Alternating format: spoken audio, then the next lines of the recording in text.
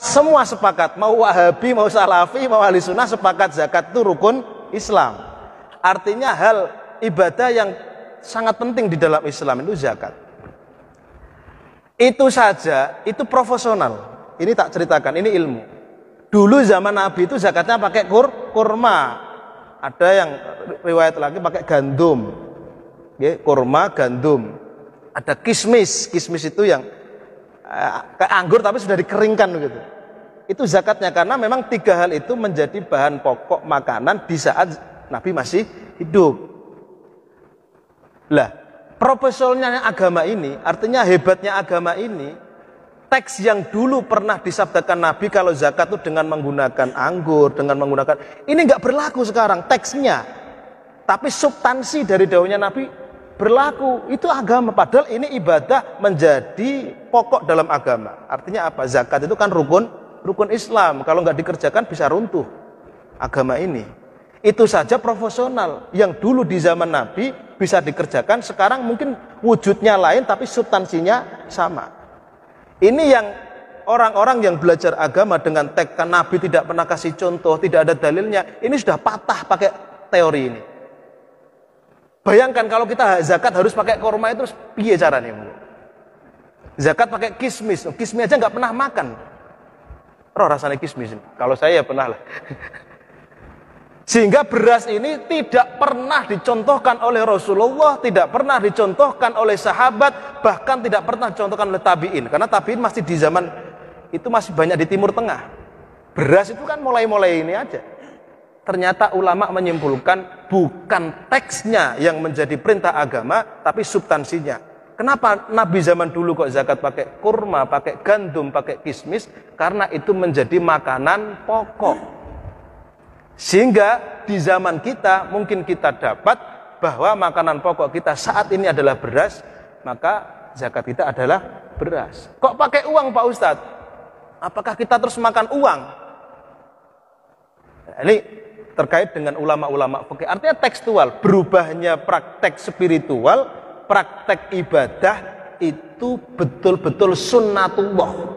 Jadi kalau ada orang mengatakan maulid nggak ada teksnya, maulid nggak ada dalilnya, itu runtuh pakai teori ini. Jangankan maulid, zakat tapi pakai beras nggak ada teksnya, nggak ada teksnya.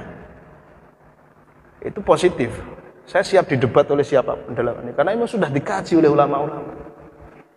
Lah Quran punya teks, artinya punya dalil tentang maulid, walaupun tidak secara teksnya bermaulidlah kalian di Masjid Al-Ihsan begitu. Kok bodoh sekali Quran bilang begitu itu. Mulianya Al-Quran dengan teks yang mungkin di saat itu teksnya adalah khusus, tapi berlakunya sampai ila yaumil qiyamah. Teksnya sama tapi bungkusnya boleh beda, yaitu dikaji ulama substansi atau isinya. Dan ini kita ben muantep. A'udzubillahi minasyaitonirrajim. Bismillahirrahmanirrahim. Qul bi fadlillahi wa bi rahmatihi wa bidzalika falyafrahu huwa khairum mimma yajma'un. Ini kian. Qul bi fadlillahi wa bi rahmatihi falyafrahu. Niku dalile maulid. Artinya ada kegiatan maulid, ada spiritual yang berupa maulid, bacaan-bacaan sholawat yang bungkusnya bisa dengan membaca sejarah Rasul, bisa membaca sholawat. Itu secara teks memang Al-Quran tidak menyinggung maulid, tapi Al-Quran berfirman dengan dawuh sucinya Allah, Qul bi fadlillahi wa bi rahmatihi wa bidzalika falyafrahu. Ini kita udari ini. Qul, katakan Muhammad, ini dawuhnya Nabi Muhammad sallallahu alaihi wasallam. Gusti Allah perintah kanjeng Nabi. Qul, katakanlah wahai Muhammad, bi fadlillahi, dengan fadlnya Allah, dengan segala anugerahnya Allah, dengan segala pemberiannya Allah, wa bi rahmatihi, dan kasih sayangnya Allah, rahmatnya Allah, wa bidzalika, dengan dua hal itu falyafrahu, bergembiralah, bersukacitalah, sing seneng dengan apa? Dengan dua hal, fadlnya Allah dan rahmatnya Allah. Dalam tafsir-tafsir ada yang menyebutkan fadl terbaik di dunia ini adalah agama Islam yang Kanjeng Nabi bawa. Rahmat yang terbaik adalah Al-Quran, yang Al-Quran itu dibawa oleh Kanjeng Nabi. Kalau Quran mulia sebab Nabi, Islam mulia sebab Nabi, maka rahmat terbaik di dunia ini adalah hadirnya Rasulullah Muhammad sallallahu alaihi wasallam. Apa mungkin ada Quran kalau nggak ada Nabi? Nggak ada yang siap, Pak, nerima Quran itu. Kalau Quran menjadi hal yang paling mulia, kalau tafsirnya ini menyebutkan fadl terbaik yang Allah berikan, ya kesehatan itu ya fadl, punya istri cantik, anak soleh itu ya fadl, punya rezeki itu ya fadl, tapi masih di bawah fadl Islam. Artinya apa gunanya kalau kita punya rezeki banyak tapi kita tidak berakidah Islam? Apa gunanya kita punya kesehatan tapi Allah tidak beri Islam kepada kita? Niku kul bi fadlillahi wa bi rahmatihi wa bidzalika falyafrahu. Surat Yunus nih. Lah, ayat niki bukti perintahnya Allah kepada Kanjeng Nabi untuk disampaikan kepada umatnya. Sing seneng. Lah maulid itu ekspresi kesenangan kita, kebahagiaan kita atas dulu pernah hadir di bulan itu orang paling mulia, pembawa Al-Quran, pembawa Islam, yaitu Rasulullah Muhammad sallallahu alaihi wasallam. Dil. Tidak ada fadl yang mulia melainkan fadl Islam. Yang membawa Islam siapa? Kanjeng Nabi. Ya kita ini bisa tahu Islam itu dari Kanjeng Nabi. Ya, saya dari Pak Yai, Pak Ustadz ya. Pak Yai dari gurunya Kiai, Kiai dari Kiai Wali Songo sampai Kanjeng Nabi. Rahmat wa bi rahmati, adakah rahmat terbaik melebihi rahmat kasih sayangnya Rasulullah? Enggak ada. Kayak beliau tadi istri. Ya kasih sayangnya itu kumat-kumatan. Kalau uangnya banyak, habis proyek kayak Habib ini ya seneng istrinya, uangnya banyak kan. Seneng. Lah kalau kayak Mas Munir ini piye ora dibojo. Loh, coba rahmatnya selain Kanjeng Nabi itu terbatas. Dan kalau toh ada itu di dunia toh, nggak sampai akhirat. Tapi barokahnya Kanjeng Nabi, rahmat niku berlaku fit dunia sampai akhirat. Loh, lah nek seperti itu terus falyafrahu. Lah falyafrahu ini tidak dijelaskan cara bergembiranya kayak apa. Terserah kata beliau tadi, mengekspresikan senang. Pokoknya, loh coba senang dengan baca maulid itu apa elek? Ini jelas Quran itu jenengan taskhih kemana-mana. Memang tidak teks secara teks bermaulid lah itu gak ono. Masa berngaji mingguan lah sekalian, yo gak ono. Mereka salafi itu yang setiap minggu ngaji mingguan rutin. Berngajilah kalian setiap minggu sekali di Masjid Fajrul. Yo gak ada teksnya. Itu kan substansi aja. Artinya runtuh, teori-teori itu runtuh. Maulid bid'ah apa? Yo kurang pahit kopi inilah. Gua nek pahitnya ngopine pahit insyaallah ya. Paham dan jadi dalilnya maulid, artinya dalilnya kita senang atas kehadiran Kanjeng Nabi itu adalah Al-Quran. Kul bifadlillahi wa birahmatihi wa bidzalika falyafrahu huwa khairum mimma yajma'un. Itulah yang lebih baik dari apa yang kita kumpulkan, dunia kerja yang kita kumpulkan. Ini kalau nggak ada Kanjeng Nabi, nggak ada gunanya, Pak. Kalau nggak ada Kanjeng Nabi, sehat kita itu nggak ada gunanya. Paling ya makan, tidur, kumpul istri, buang air besar, besok lagi tidur, kerja, buang air besar. Kayak binatang kita itu kalau nggak ada Nabi itu. Sehat yang Allah berikan itu loh, kalau nggak ada barokahnya Nabi, kalau nggak ada lahirnya Nabi, kemudian menyebarkan agama ini, coba tuh, kita mau ngapain coba? Paling ya kerja. Habis kerja kok capek, tidur. Ya kalau syahwatnya muncak ya ngumpul istri, besok kenyang, buang air besar, buang air kecil, besok lagi muter kayak kipas. Nggak ada artinya. Alhamdulillah barokahnya wujud hadirnya Rasulullah Muhammad sallallahu alaihi wasallam. Kita kenal ini loh akhlak, ini loh ibadah. Sehat sing bener iku digawe kayak ngene loh. Kalau dapat rezeki itu kayak gini loh arahnya. Yang satu buat nafkah istri, sisanya buat zakat. Kalau enggak buat sedekah. Saya ingatkan kalau lupa gitu. Zakat pertanian tuh 5% kalau enggak pakai air hujan. Kalau air hujan, makanya Habib tak bilang, "Bib, zakat jenengan pakai tanian saja." Jadi kalau 10 juta kan ya 1 juta untuk majelis. Persiapan malam Senin. Jadi Kita mau datang tamu. Gitu. Ini guyon, bukan ayat. Paham nggih? Dil niki nek bahas maulid niku kula niku pun siap niku. Kula pelajari kula ini tim Aswaja Center. Kemain-main. Kita itu tim Aswaja Center. Dulu pernah dari tim Aswaja itu datang ke sini ya, mendidik kita untuk.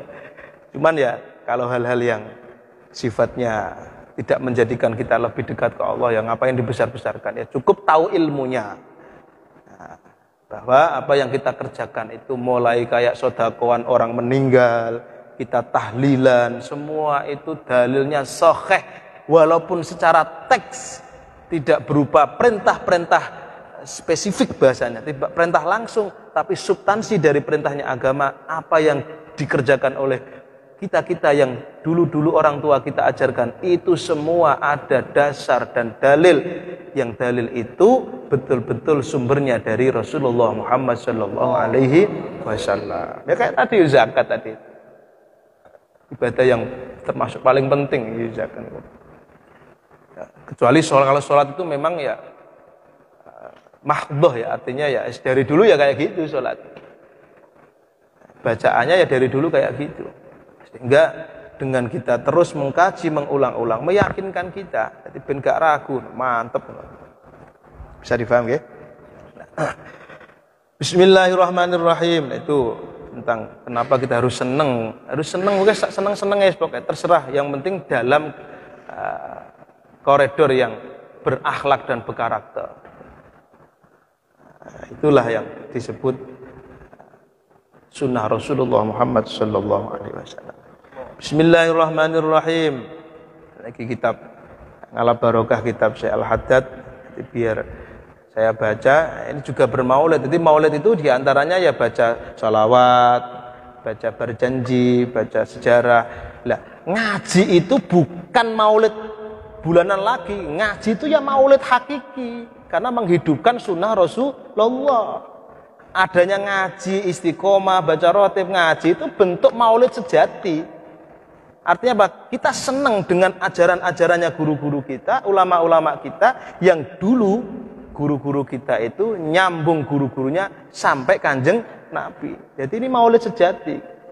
Kalau kita sholawat itu kan baca sejarah. Kalau gini ajarannya Nabi yang kita baca ini. Kalau kita sholawat itulah Al-Barjanji itu kan sejarahnya Nabi itu. Ad-Diba, karangan Syekh Abdurrahman Ad-Dibai yang kita baca kemarin itu kan sejarah. Kita baca menghidupkan suasana kembali. Terus kemudian Simtud Duror, karangan Al-Habib Ali bin Muhammad bin Husain Al-Habsyi, itu ya sejarah Rasulullah, akhlaknya Rasulullah. Kalau ini yang kita kaji, ini ya maulid juga. Cuman bentuknya bukan sejarahnya Nabi, tapi ajarannya Kanjeng Nabi. Yang ajaran itu ditulis, kalau di sini kitab ini adalah karangan Syekh Al-Habib Abdullah bin Alawi bin Muhammad Al-Haddad. Jadi Ratib Al-Haddad niku nggih bentuk sunah Kanjeng Nabi.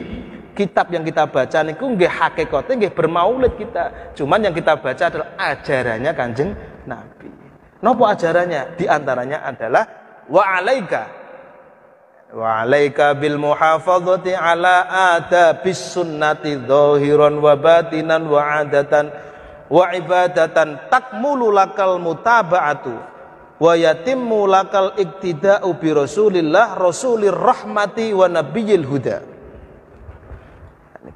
Syekh Al-Haddad dawuh niki artinya tetap kita dalam suasana maulid ya.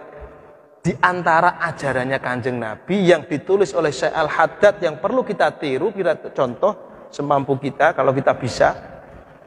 Hendaknya kita menjaga adab yang pernah dicontohkan oleh Rasulullah. Akhlak karakter yang pernah dicontohkan oleh Rasulullah. Yang mana dengan mengikuti adab tersebut sempurnalah laku kita. Kalau kita mau punya rasa bahwa Islam itu sempurna, gak usah neko-neko, ikuti ajaran Rasulullah, akan ngerti sempurnanya agama Islam.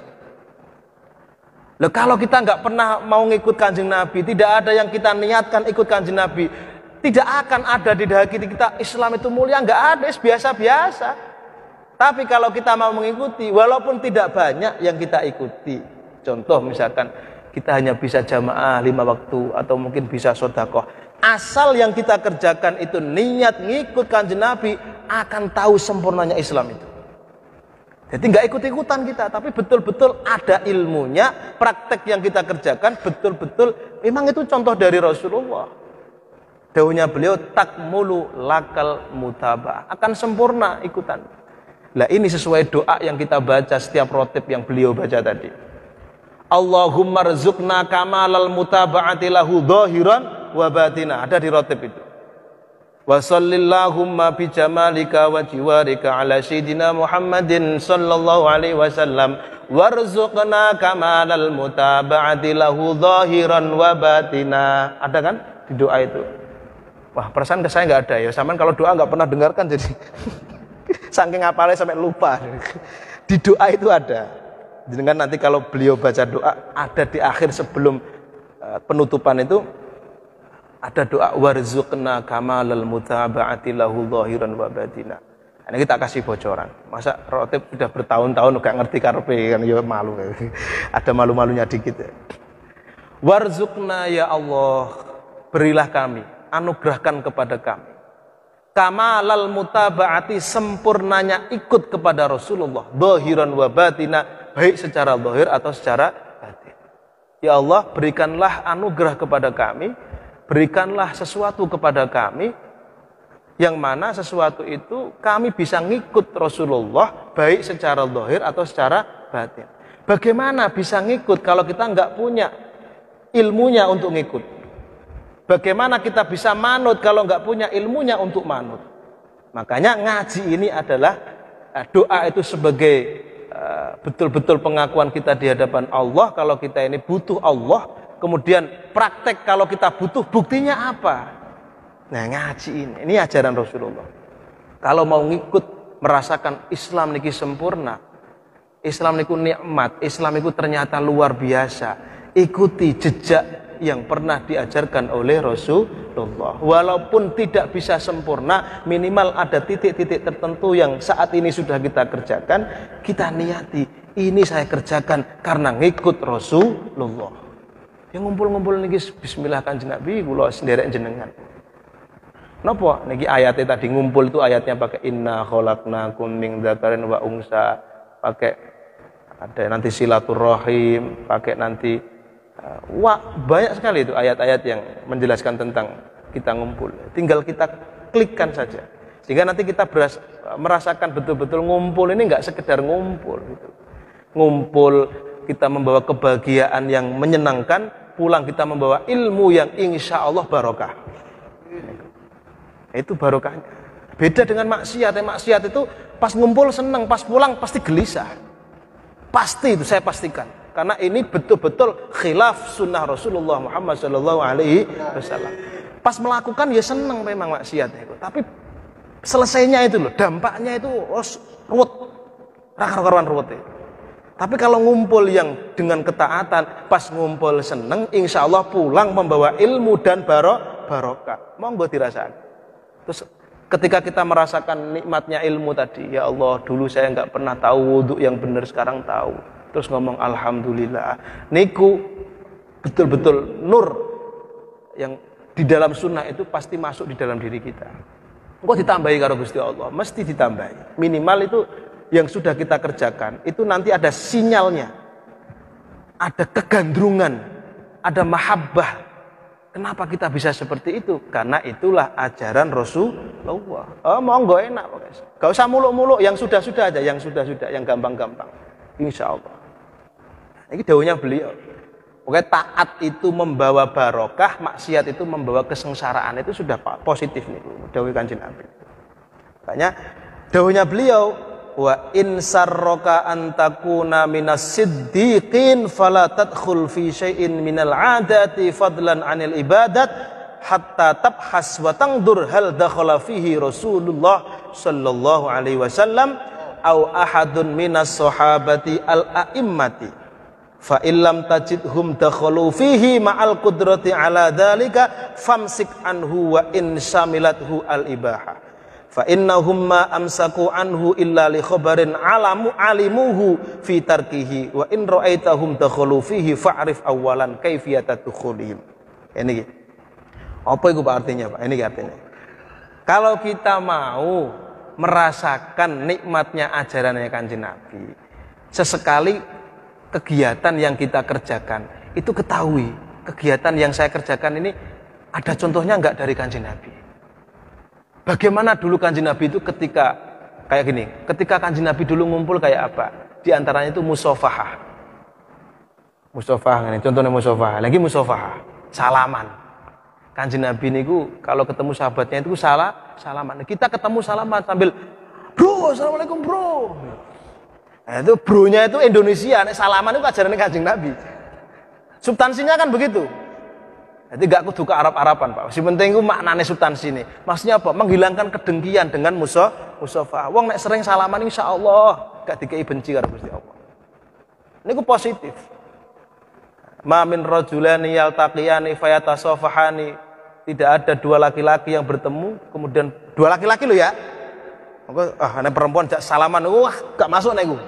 Aku gak ngajari iku, kon salah.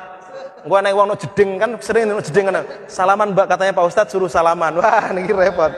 Wah. Rajulani Pak, rajulani. Dua laki-laki. Nek wong laki-laki, dua laki-laki bertemu. Ini bisa laki-laki yang kenal atau yang tidak kenal. Fayatasafahani kemudian salaman. Niku rontok dosane sebelum dia pisah. Cuman gak ketok dosa ganjaran kan gak kelihatan Pak. Diyakini aja ini ajaran Rasulullah. Ketemu salaman. Karena kemarin corona ya gak ada salaman, ya minimal senyum. Nah, salaman itu dikaji oleh ulama-ulama. Maksudnya salaman ya kalau ketemu kalau bisa salaman, kalau nggak bisa salaman ya mungkin pas kita naik mobil kemudian lewat ada teman kita atau titit itu termasuk musafahah. Substansi dari musafahah apa itu? Ya tadi nyapa tadi. Loh, bayangkan itu ajaran Kanjeng Nabi ini akhlak. Monggo dipraktekkan. Salaman kalau kemarin kita salaman asal salaman, sekarang salaman iki ajarannya Kanjeng Nabi. Loh, terus Masya Allah, itu rahasianya diantara dihilangkan rasa hasud kita dengan orang yang kita salami. Wis to jenengan juwengkel karo wong salaman terus suwe-suwe ilang. Monggo dipraktek nih, nek gak percaya. Wis to salaman. Masalahnya terus gak gelem salaman itu sing repot. Jadi ya membina hasud dengan sempurna yaitu enggak mau salaman dulu. Wis salaman. Nek kula niku karo Wahabi gak pate cocok, tapi tak salami ben gak hasud teman-teman. Dulu itu saya kalau tahu orang begitu tak datangi, tak ajak debat. Hasud saya malah muncak terus. Sehingga pokoknya ketemu salaman gak cocok ya sudah. Minimal meredam hasud tadi. Salaman sambil barokallah gitu ya. Gitu pun lagi. Paham nggih? Jadi banyak hal-hal yang kita kerjakan setiap hari itu ada ajarannya Kanjeng Nabi, cuman kadang-kadang kita tidak tahu. Sehingga ya kadang-kadang tidak dinilai ibadah. Nah, yang seperti tadi itu kita pertahankan sambil kita kaji sehingga nanti kita merasakan barokahnya Islam nih. Sampai kerja, urusan kerja itu kelihatannya cari dunia Pak. Tapi kalau kita berangkat dari rumah kerja, kok niat ya Allah, dawuhnya Kanjeng Nabi, siapa yang pagi-pagi berangkat cari nafkah untuk istri dan anaknya agar tidak tomak dan minta-minta, niku keringetin niku barokah. Nah, pernah niat jenengan? Ada seseorang kepala rumah tangga pergi pagi-pagi. Dia niat mencari nafkah untuk anak istrinya, yang niatnya mencari nafkah biar tidak minta-minta dan ngemis-ngemis. Kerja niku tujuannya biar istrinya terjaga kehormatannya, anaknya terjaga. Niku sekali keluar, keringete tetesane niku dihitung ibadah. Nah, nek kerjane no AC Pak Ustadz, yo kira-kira gak no AC keringetan sak pira lah mau jenengan mumpung durung bantah. Kan sekarang kan banyak di kantor pakai AC kan, kayak Mas Gimin kan dosen Pak Nasdi ini. Kalau kerja nggak keluar keringat, berarti nggak ada pahalanya. Yuk andaikan AC-nya mati, keringatnya keluar, ya itu kira-kira gitu. Maksudnya itu kan teksnya saja. Maksudnya jerih payahnya seorang suami yang kerja karena ikut Kanjeng Nabi, niku langkah-langkahnya dibarokai oleh Allah Subhanahu wa Ta'ala. Apa wae kerjane sing penting halal. Lihat coba, kalau kita melihat laku kita dari sisi itu, Masya Allah seneng. Oh gak ono ngeluh. Karena yang didelok, aduh kerja kok ngene-ngene ae rek, gak munda-munda, gak. Lha iya ngeluh nek yes ganjarannya hilang. Hasud meneh. Paham ya? Jadi aktivitas kita setiap hari itu bisa kita ikutkan. Dilihat dari mana saya bisa niatkan aktivitas saya ini ikut Kanjeng Nabi. Ini kalau nggak ngaji juga nggak ngerti, Pak. Karena ngaji ini terus tahu, terus diniati. Jadi yang sudah kita pertahankan, dicari. Dawuhnya beliau, kira-kira yang kita kerjakan ada nggak perintah dari Nabi? Kalau ada, diniati. Kalau bertentangan, dihindari. Nah, ini insya Allah barokah. Bon, pokoknya insya Allah mungkin Gusti Allah kasih tambahan ilmu dengan kita mengkaji tadi satu ayat, besok lagi satu ayat lagi. Kalau belum bisa praktek misalkan, sudah pertahankan dulu. Besok insya Allah ngaji lagi. Kalau toh nanti kita kok mati dipanggil oleh Allah, kita statusnya masih status ngaji. Kalau kita mati distatuskan ngaji, man salaka thoriqan yaltamisu fihi ilman sahhalallahu thoriqan ilal jannah. Nah, orang kok pas mati distatuskan oleh Allah ngaji, taklim, insya Allah mlebu surgane gampang. Amin Allahumma amin. Jadi walaupun wujudnya kita kerja, walaupun wujudnya kita itu ya mungkin ngantor, wujudnya kita di ladang, asal ada aktivitas yang kita istiqomah, terutama ngaji, rotib atau ibadah apa istiqomah, yang istiqomah itu menjadi status kita kalau mati, insya Allah sahhalallahu thoriqan, sahala bakal gampang akan sapa Allah thoriqan ing dalan ilal jannati menuju surga. Niku dawuh Kanjeng Nabi niku sahih. Mun to enak, Islam niku enak.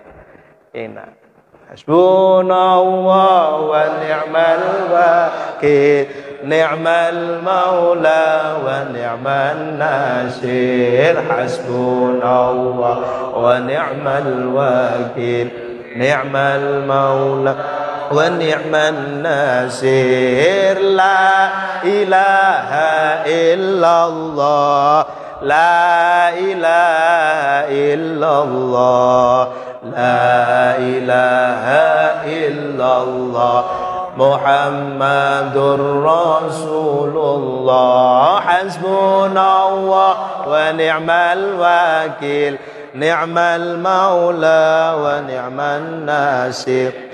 Hasbunallah wa ni'mal wakil, ni'mal maula wa ni'man nasir. La ilaha illallah, la ilaha illallah, la ilaha illallah, Muhammadur Rasulullah. Semoga menjadi keterangan yang barokah dari awal hingga akhir. Semoga nasihat-nasihat beliau, bacaan-bacaan yang kita baca, orang-orang yang kita hadiahkan Fatihah diterima oleh Allah Subhanahu wa taala. Demikian akhirul kalam. Assalamualaikum warahmatullahi wabarakatuh.